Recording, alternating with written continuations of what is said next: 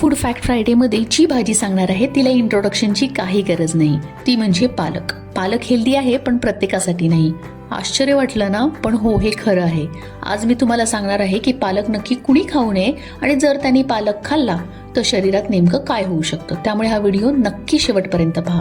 पालकामध्ये iron, folate, vitamin A, C, K आणि antioxidants भरपूर असतात, पण तरीही काही लोकांसाठी तो त्रासदायक ठरू शकतो. मग नक्की कुणासाठी? पहिलं, IBS म्हणजे इरिटेबल बॉवेल सिंड्रोम असलेल्या व्यक्तींसाठी.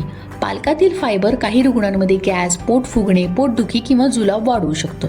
दुसरं, किडनी स्टोन, विशेषतः कॅल्शियम ऑक्सलेट स्टोन असलेले रुग्ण. पालकात ऑक्सलेट जास्त असल्यामुळे स्टोन तयार होण्याचा किंवा वाढण्याचा धोका वाढू शकतो. तिसरे, वारफारीनसारखी रक्त पातळ करणारी औषधं घेणारे पेशंट. पालकातील व्हिटॅमिन के औषधाच्या परिणामात बदल करू शकतो. म्हणून लक्षात ठेवा, प्रत्येक हेल्दी पदार्थ प्रत्येकासाठी योग्य असतोच असे नाही. तुमचा आजार, तुमची पचनशक्ती आणि तुमची शरीर प्रकृती पाहूनच आहार निवडा. जर ही माहिती तुम्हाला आवडली असेल तर नक्की लाईक, शेअर आणि सबस्क्राईब करायला विसरू नका. हॅपी रहा आणि जागरूक रहा. थँक्यू.